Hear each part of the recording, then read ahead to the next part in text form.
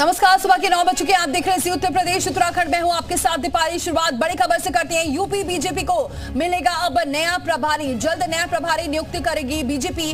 राधा मोहन सिंह का कार्यकाल हो चुका है खत्म। अब राधा मोहन राष्ट्रीय टीम का हिस्सा नहीं। केंद्रीय मंत्री अनुराग ठाकुर बन सकते हैं प्रभारी। इसके अलावा गुजरात के पूर्व डिप्टी सीएम नितिन पटेल के नामों की भी चर्चा है। राष्ट्रीय महामंत्री विनोद तावड़े के नामों पर भी चर्चा है। केंद्रीय मंत्री धर्मेंद्र प्रधान को भी मिल सकती है जिम्मेदारी। चुनाव का जिम्मा संभाल सकते हैं धर्मेंद्र प्रधान। यूपी में चुनाव सह प्रभारी नियुक्त करेगी बीजेपी। तो इस वक्त की बड़ी खबर लखनऊ से, यूपी बीजेपी को नया प्रभारी मिल सकता है। नया प्रभारी नियुक्त करने को लेकर तमाम नामों पर अब चर्चा चल रही है। नितिन पटेल के भी नामों पर चर्चा है। अनुराग ठाकुर के नाम पर भी चर्चा है। गुजरात के पूर्व डिप्टी सीएम हैं नितिन पटेल, जिनके नामों की चर्चा चल रही है। विनोद तावड़े के नाम भी सामने आ रहे हैं। बीजेपी के राष्ट्रीय महामंत्री है विनोद तावड़े। तो ये तमाम चर्चा चल रही है नामों पर। तो अब देखना ये होगा कि कौन होगा नया प्रभारी। इस वक्त की सबसे बड़ी खबर लखनऊ से आपको बताएं कि राधा मोहन सिंह का कार्यकाल खत्म हो चुका है और ऐसे में अब बीजेपी को नया प्रभारी मिल सकता है। जल्द नया प्रभारी नियुक्त करने वाली है बीजेपी, जिसमें तमाम नामों पर चर्चा फिलहाल चल रही है। चाहे इसमें अनुराग ठाकुर का नाम हो, इसके अलावा धर्मेंद्र प्रधान को मिल सकती है जिम्मेदारी। गुजरात के पूर्व डिप्टी सीएम नितिन पटेल, उनके नाम की भी चर्चा चल रही है। राष्ट्रीय महामंत्री विनोद तावड़े के नाम पर भी चर्चा चल रही है।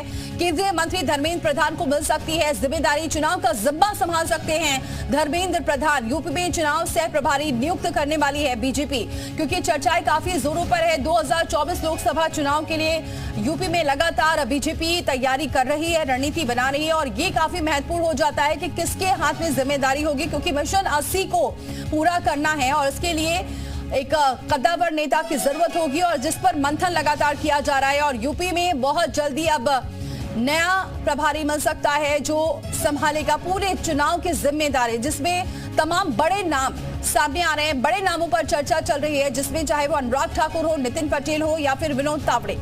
विशाल हमारे साथ जुड़ चुके। विशाल, बड़ी बात यह है कि अब मिशन 80 को पूरा करना है और जाहिर सी बात है इसकी जिम्मेदारी किसी बड़े कद्दावर नेता के हाथ में ही होगी।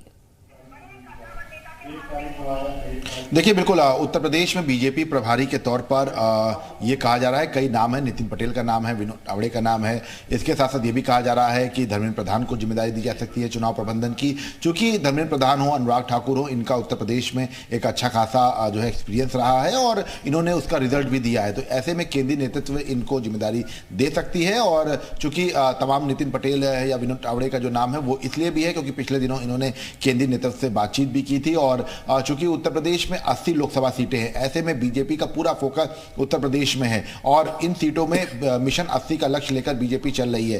और इसके साथ साथ जो पिछली 14 सीटें हारी हुई हैं, वहां पर प्रभारी सह प्रभारी जो है वो नियुक्त कर दिए गए हैं। तो उन सब की रिपोर्ट भी जो है वो तैयार की जा रही है। तो ऐसे में जो नया प्रभारी होगा वो जल्द ही उसकी घोषणा कर दिया है, क्योंकि राधा मोहन सिंह का जो कार्यकाल है वो खत्म हो गया है। ऐसे में नए प्रभारी के तौर पर किसको जिम्मेदारी दी जाएगी ये देखना होगा। लेकिन हाँ, अटकलें लगाई जा रही है कि धर्मेंद्र प्रधान, नितिन पटेल, विनोद तावड़े या अनुराग ठाकुर, इनमें से किसी को जो है प्रभारी बना सकता है। इसके साथ 2 सह प्रभारी जो है वो बनाए जाएंगे।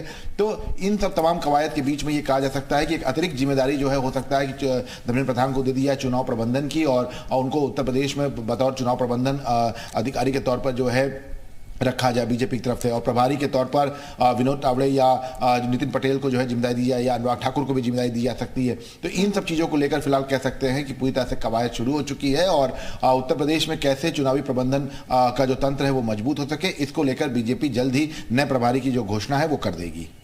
विशाल, और कुछ जानकारी मिल पा रही है कि कब तक ये घोषणा कर पाएगी बीजेपी कुछ? और दूसरी बात ये है कि धर्मेंद्र प्रधान को लेकर किस तरीके की चर्चाएं चल रही हैं, क्योंकि धर्मेंद्र प्रधान की अगर बात करते हो तो ज्यादातर चुनाव में उन्हें जब भी प्रभारी बनाया गया है वहां जीत हासिल हुई है बीजेपी को।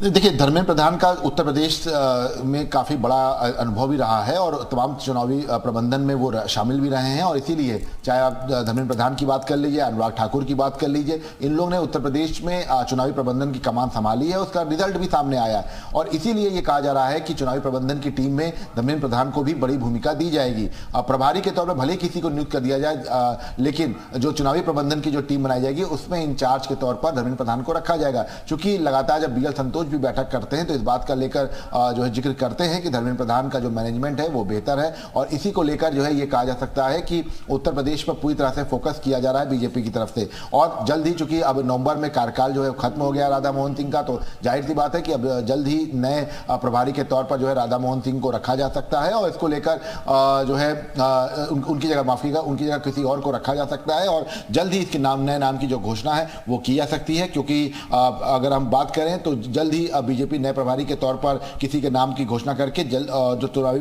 प्रबंधन है या जो आगामी के कार्यक्रम है उनको तय करेगी, ताकि रैलियों की जिम्मेदारी, इसके साथ साथ तमाम जो प्रधानमंत्री के कार्यक्रमों की जिम्मेदारी, उन सबका भी पूरा निर्वहन जो है वो यूपी बीजेपी प्रभारी करेंगे, और इसको लेकर एक नई रणनीति भी बनाएंगे। तो इसी को लेकर तमाम नामों की चर्चा जो है वो तेज हो चुकी है। बिल्कुल बने रहिए विशाल, क्योंकि और भी कुछ खबरें हैं जिस पर आपसे लगातार अपडेट लेंगे। तो ये बड़ी